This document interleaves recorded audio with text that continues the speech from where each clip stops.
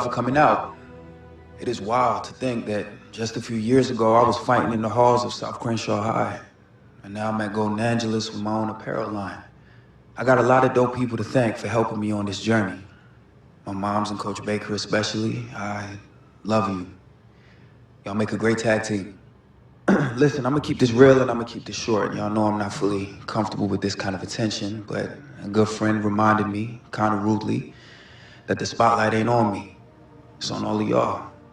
This community is responsible for making me the person I am today.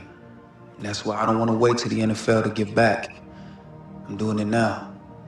A quarter of the proceeds from my apparel line is going to fund scholarships for kids right here in South LA to attend art camps, like the one where my brother created King Crenshaw, and football camps and any other camps that further our dreams.